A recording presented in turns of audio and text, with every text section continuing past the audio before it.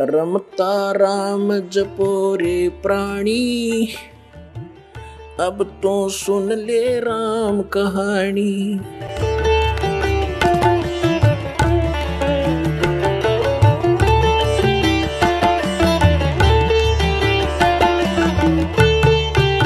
याद दिलाते हैं कि जाटी पूजे पीपल पूजे और सिर तुलसा के हो और दूध पूत में खैर राखिए, नो पूजू हो तो जांडी पूजे और पीपल में पानी चढ़ावे और फिर तुलसी माता ने पूजे। और उनको किस लिए पूज रही हूं कि मेरे दूध पूत में खैर राखिए। बता अकल देखो हमारी। ये हमारे धर्म गुरुओं की गाइडलाइन थी। हमारे को ये शास्त्र विदिता का मनमान्य साधना करवा के सारे भूत बनवा दिए। फिर क्या बताते हैं परमात्मा, जीवित बाप के लट्ठम लट्ठा और मुए गंग पुचैया, और जब आवे आसुज का महीना और वो कौवा बाप बनैया रे बोड़ी सी दुनिया। सतगुरु बिन कैसे सरिया।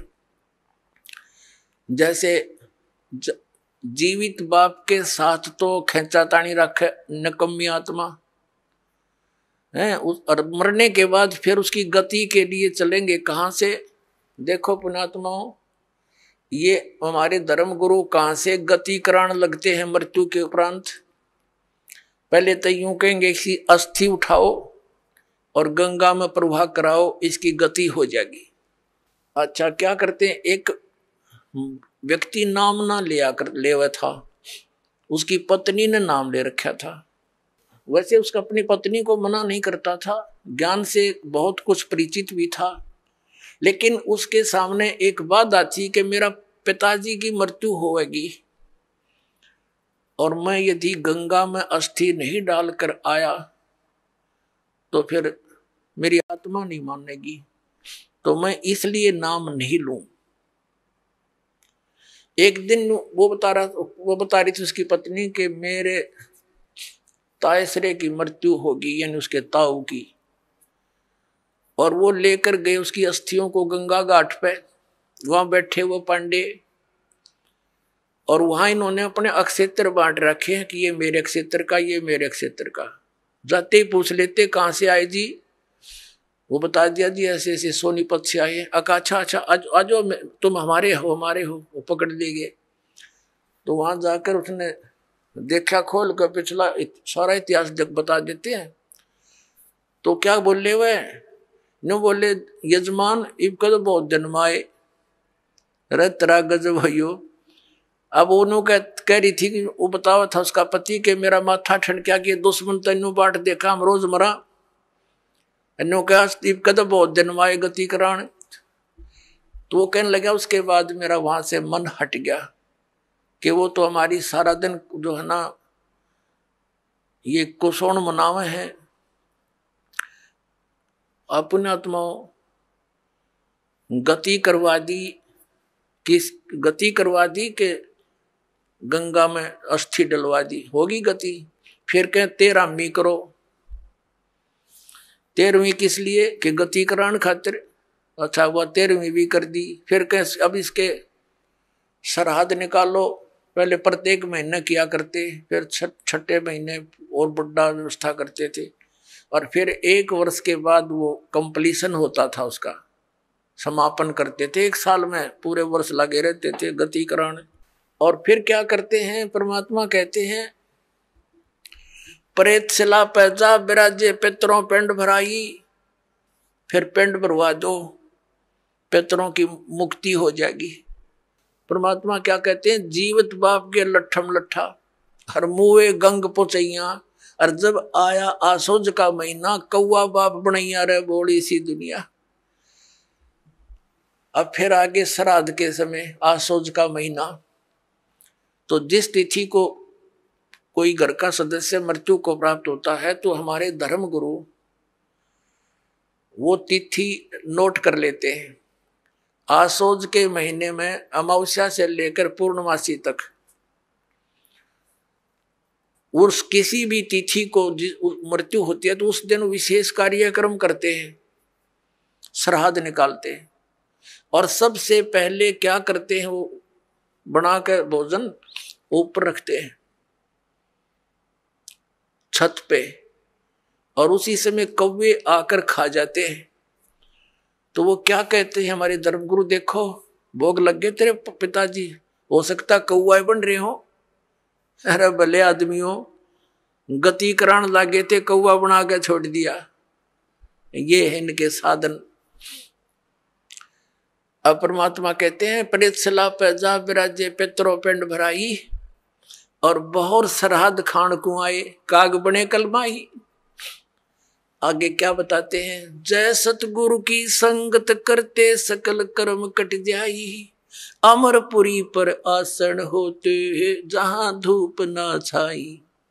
अब क्या बताते हैं, जय सतगुरु की संगत करते सतगुरु मिल जाते तो ये सारे कर्मों तो पीछा छूट जाता, ना श्राद्ध निकालने, ना भूत बनना, ना कौवे और पशु की योनियों में जाना। और फिर क्या होता, अमरपुरी पर, अमरपुरी जिस स्थान का कभी नाश ना हो, सतलोक सनातन परम धाम की प्राप्ति हो जा, जय सतगुरु मिल जा तो ये झंझट मिट जा सारे। और ये हमारे गुरुजी धर्म गुरु ने कहा श्राद्ध तो अवश्य निकालना चाहिए, इन्हें तो हमारे कर्म बिगड़वाने का ठेका ले रखा था। पुण्यात्माओं, पवित्र हिंदू धर्म के जो सदग्रंथ हैं, पवित्र चारों वेद और पवित्र श्रीमद् भगवत गीता, और पांचवा वेद जो परमात्मा कबीर जी की वाणी जो उनके मुख कमल से बोला गया, उसमें कंप्लीट ज्ञान है, सभी सदग्रंथों का सारांश है। वो तो इनके हाथ नहीं लगा, क्योंकि उन्होंने इन संस्कृत के ज्ञाताओं ने वो तो रिजेक्ट कर रखा था। कबीर साहब की वाणी तो एक अशिक्षित की वाणी है, इस करके वो हमारे पास, हमारे तक नहीं आने दिया। तो इनमें जो पुराण है, ये पुराण क्या चीज है, ये चारों वेद, उन चारों वेदों का सारांश श्रीमद् भगवत गीता। लेकिन श्रीमद् भगवत गीता में कुछ अटकल युद्ध कराने के लिए इस काल भगवान ने लगाई है, वो अलग से दिखाई देती है। और जो वेदों से मेल खाता वो गीता जी का ज्ञान खरा है, बिल्कुल सत्य है, क्योंकि वो वेद ज्ञान गॉड गिवन है, परमात्मा का दिया हुआ है। तो हमने परमात्मा के आदेश का पालन करना है। और पुराण क्या है, ये ब्रह्मा जी द्वारा दिया गया ज्ञान, ब्रह्मा जी से सुना, फिर कुछ अन्य ऋषियों ने किसी और से सुना हुआ ज्ञान, वो सब खिचड़ी बना के पुराण बना दी। अब वेदों में इन श्राद्ध आदि कर्म कांड का निषेध है, और गीता जी में निषेध 9वें अध्याय के 25वें श्लोक में स्पष्ट किया है, भूत पूजने वाले भूत बनेंगे। ये देखिएगा श्रीमद् भगवत गीता, गीता प्रेस गोरखपुर से प्रकाशित है, जयदयाल गोविंद का इसके अनुवादक है। अध्याय नंबर 9 का ये है, अध्याय नंबर 9 श्रीमद् भगवत गीता, श्लोक नंबर 25। देवताओं को पूजने वाले देवताओं को प्राप्त होंगे, पितरों को पूजने वाले पितरों को प्राप्त होते हैं, और भूतों को पूजने वाले भूतों को प्राप्त होते हैं, और मेरा पूजन करने वाले मुझको ही प्राप्त होते हैं। अब ये श्राद्ध कितना आगे फिर, अब आपको दिखाते हैं झलक पुराणों में क्या लिखा है। एक मार्कंडे पुराण है, एक रुचि नाम के ब्राह्मण थे, ऋषि, और उसने वेदों को समझा पढ़ा, ये ज्ञानी आत्मा थे कि मनुष्य जीवन केवल मोक्ष प्राप्ति के लिए प्राप्त होता है। इसलिए उसने ना तो विवाह कराया, ब्रह्मचारी पद पर रहते हुए 40 वर्ष की उम्र हो गई थी, और अपना जंगल में वन में रहता था, कोई मकान झोंपड़ी भी नहीं डाल रखी थी। ये सोच करके मोक्ष प्राप्ति करानी है, क्या संग्रह करना है, 2 दिन का जीवन है। अब वो वेदों अनुसार साधना कर रहा था, रुचि ऋषि, और उसके जो पिताजी, दादाजी, परदादाजी, चौथा दादाजी वो मर चुके थे, वह भूत बन रहे थे,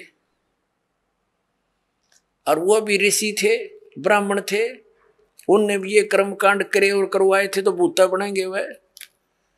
तो वो चारों दिखाई दिए और कहा, बेटा तूने विवाह क्यों नहीं करवाया, विवाह करवा के तुम हमारा श्राद्ध करता है और हमारी गति हो जाती। अब रुचि कहने लगा कि पितामहो, वेद में तो ये मना कर रखा है, ये श्राद्ध श्रुद्ध निकालना, ये कर्म कांड करना, ये तो मूर्खों का मार्ग है। और वो पितर भी कहते हैं बेटा है तो ऐसा ही, इसमें कोई संदेह नहीं, मिथ्या नहीं है, सच्चाई है। लेकिन हमारा क्या होगा, एक तुम बाढ़ में जाओ, थारा क्या होगा, आप मरे, अरे पुत्र ने और मरवाने के लिए तैयार करे। या देखो मार्कंडेय पुराण, ये गीता प्रेस गोरखपुर से प्रकाशित है। गीता प्रेस गोरखपुर से प्रकाशित है। ये गीता प्रेस गोरखपुर से प्रकाशित है। ये 242 पृष्ठ पे संक्षिप्त मार्कंडेय पुराण, रोचे मुनि की उत्पत्ति कथा। मार्कंडेय जी कहते हैं कि ब्राह्मण, पूर्व काल की बात है, प्रजापति रुचि ममता और अहंकार से रहित इस पृथ्वी पर विचरते थे। उन्हें किसी से भय नहीं था, वे बहुत कम सोते थे। उन्होंने न तो अग्नि की स्थापना की थी, न अपने लिए घर ही बना रखा था। वे एक बार भोजन करते और बिना आश्रम के ही रहते थे। उन्हें सब प्रकार की आसक्तियों से रहित एवं मुनिवर्ती में देख उनके पितरों ने उनसे कहा, ये देखिए चारों आगे भूत बन रहे, ये देखो, ये रुचि ऋषि है, ये इनके पहले बने हुए वो पंडित जी सारे भूत पूज का भूत बन गए। अब ये दिख गए इसने सारे इकट्ठे। पितर बोले बेटा, विवाह स्वर्ग और अपवर्ग का हेतु होने के कारण एक पुण्यमय कार्य है। ये तो इन पितरों के वचन हैं, ये तो पितरों के वचन है जो अपनी सलाह दे रहे हैं। अब देखना, उसे तुमने क्यों नहीं किया। ग्रस्त पुरुष समस्त देवताओं, पितरों, ऋषियों और अतिथियों की पूजा करके पुण्यमय लोकों को प्राप्त करता है। वह सभा के उच्चारण से देवताओं को, शब्द से पितरों को तथा अन्नदान, बलि, वैष्णदेव आदि से भूत आदि प्राणियों एवं अतिथियों को उनका भाग समर्पित करता है। बेटा, हम ऐसा मानते हैं कि गृहस्थ आश्रम को स्वीकार न करने पर तुम्हें इस जीवन में कलेश पर कलेश उठाना पड़ेगा तथा मृत्यु के बाद और दूसरे जन्म में भी कलेश ही भोगना पड़ेगा। रुचि ने कहा, पितरगण, परिग्रह मात्र ही अत्यंत दुख एवं पाप का कारण होता है तथा उसे मनुष्य की अधोगति होती है, उससे मनुष्य की अधोगति होती है। यही सोचकर मैंने पहले से स्त्री संग्रह नहीं किया। अब यहां देखो, पितर बोले बेटा, जितेंद्रिय होकर आत्मा का प्रक्षालन करना उचित है, किंतु तुम जिस मार्ग पर चल रहे हो वह मोक्ष मार्ग है। बता, इसने तो घटिया मान रहे मोक्ष मार्ग ने कि तुम जो कर्म कर रहे हो, जिस मार्ग पर चले तो मोक्ष मार्ग है। अरे हम बतावांगे पितृवृंद का मार्ग। देखिए, रुचि ने पूछा, पितामहो, वेद में कर्म मार्ग को अविद्या कहा गया है। जो तुम सलाह दे रहे हो वो कर्म कांड, श्राद्ध श्रुद्ध निकालना, पितृ पूजना, वो तो मूर्खों की विद्या, अविद्या का है, मूर्खों का सलाह कही है। फिर क्यों आप लोग मुझे उस मार्ग में लगाते हैं। पितर भी कहते हैं, पितर बोले, यह सत्य है कि कर्म को अविद्या ही कहा गया है, इसमें तनिक भी मिथ्या नहीं। फिर थारा शर बच गया, फिर क्या रह गया बता भाई। ये हमारे पुराणों में लिखा है। अब इस बात को पितर भी मानते हैं।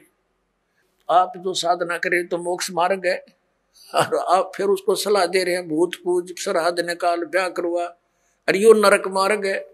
और आप भी मानते हैं कि आप जो मार्ग अपना रहे हो तो मोक्ष मार्ग है।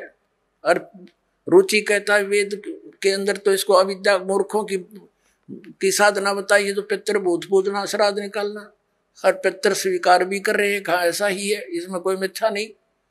फिर ये बकवाद गट रखी, अगरुम उगरुम ऐसा कर लो, पितर ऐसा कर देते हैं, पितर पुत्र दे देते हैं, टट्टू दे देते हैं, अपा भूखे मरे। बतावे हम मूर्ख बना रखा है।